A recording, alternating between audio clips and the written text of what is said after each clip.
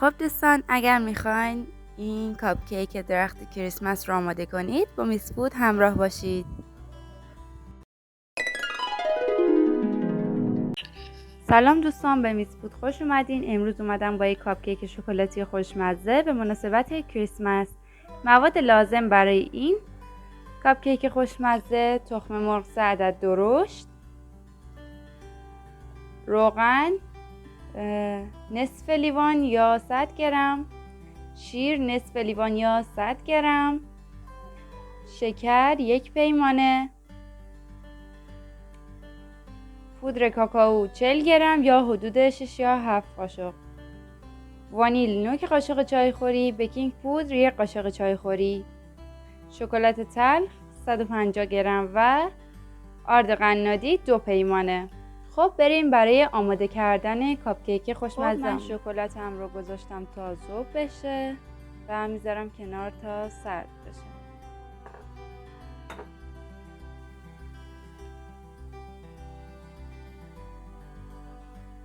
سپس تخم مرغ ها رو میشکنیم.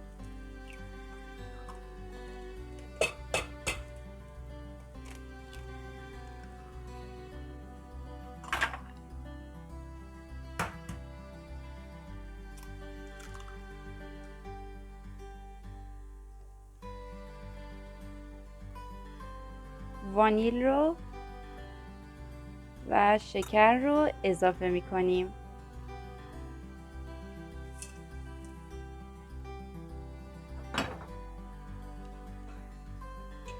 و 5 دقیقه با دور تند همزن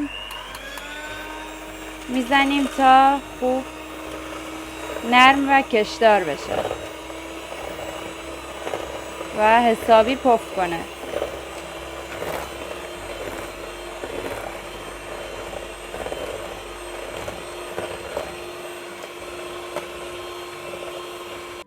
خب ما تخم مرغ، شکر و وانیل رو 5 دقیقه زدیم، به این غلظت رسید.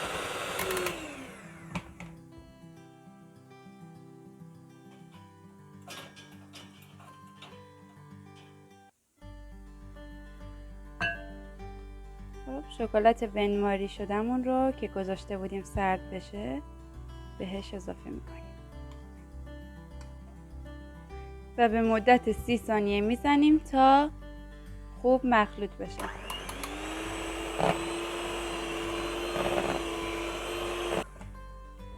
خب شکلاتمون که قشنگ با مواد مخلوط شد، سپس روغن مایه رو بهش اضافه میکنیم و 30 ثانیه دیگه میزنیم.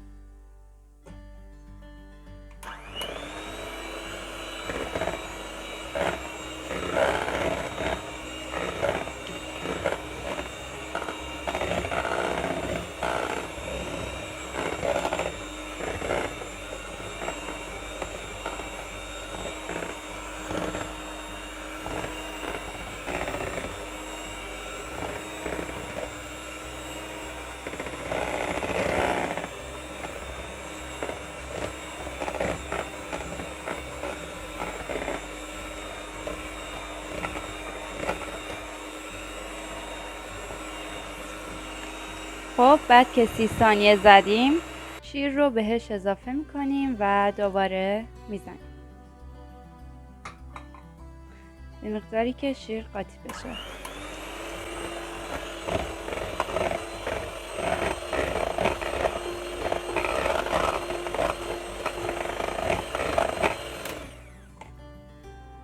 خب در این مرحله مواد خشکمون رو شامل آرد،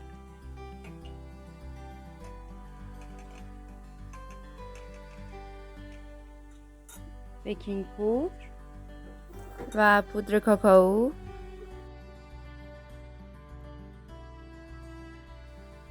و کاکائو رو مخلوط میکنیم و الک میکنیم. خب من آردم رو طی 2 مرحله الک کردم و طی چند مرحله به مواد مایع مواد خشک رو اضافه میکنیم و با لیسک یا یک قاشق به یک جهت هم میزنیم. خب برای اینکه کارمون تمیزتر در بیاد موادمون رو داخل قیف میریزیم.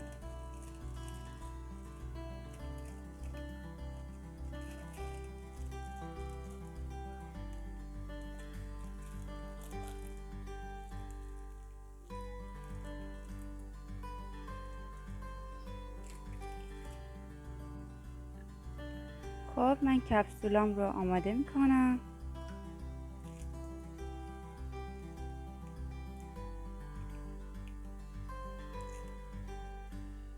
خب من قالب هام رو تا نصفه از مواد کیک پر میکنم.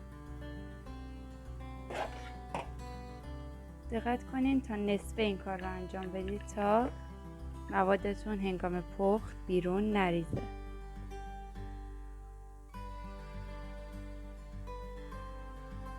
خب من کاپ کیک هام رو در سینی فر چیدم و اونها رو میخوام در فر قرار بدم. خب من کاپ کیک هام رو در فر گذاشتم بین دمای 170 تا 180 درجه سانتیگراد و 25 تا 30 دقیقه به اون زمان میدم تا پخته بشن. ولی خب دوستان شما طبق تجربه خودتون از فر اینها رو بپزین، چون دمای هر فری با فر دیگه فرق میکنه و این یه عدد حدودیه. خب دوستان کاپ کیک های کریسمس من آماده شدن و میریم برای تزیین اونها به شکل کریسمس و اینکه شما میتونید اونها رو به شکل های دیگه هم تزیین کنید برای مناسبت های خاصتون و اینکه اگر اونها رو برای میان وعده یا عصرانه تا همین جای آموزش انجام دادید میتونید روی اونها رو با پودر قند و یا گردوی خرد شده تزیین کنید. خب برای کاور خامه اونها رو در یخچال قرار بدید تا کاملا سرد باشن.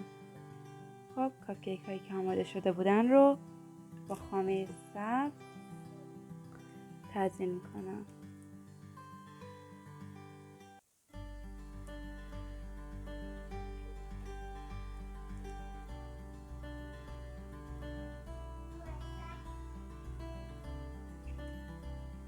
به این شکل.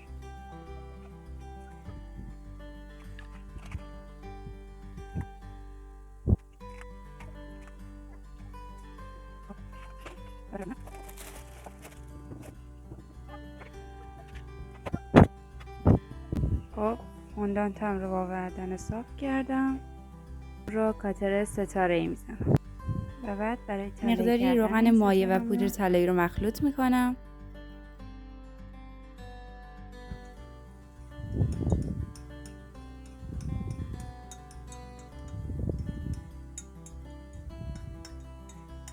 شما اگه پودر طلاییتون رو با الکل خوراکی حل کردید میتونید همینجا روی صفحه با اون کار کنید. وقتی خشک شد بزنید روی کار. خب من روی کار قرار دادم، برندش رو با براش زدم و خب این هم نتیجه کار ما. کاپ کیک کریسمسی ما هم آماده شد. خب اگر از این آموزش خوشتون اومد لایک، شیر، سابسکرایب فراموش نشه و تو کامنت ها بگید جشن کریسمس چقدر براتون اهمیت داره و اون رو جشن میگیرید یا نه. خب کاپ کیک های کریسمس ما هم آماده است. امیدوارم درست کنید. من بقیه کاپ کیک هام رو به روش های دیگه آماده میکنم و اونها رو تزیین میکنم و در ویدیوهای کوتاه قرار میدم. حتما از اونها هم الگو بگیرید. تا آموزش دیگه از میس فود، خدا نگهدار.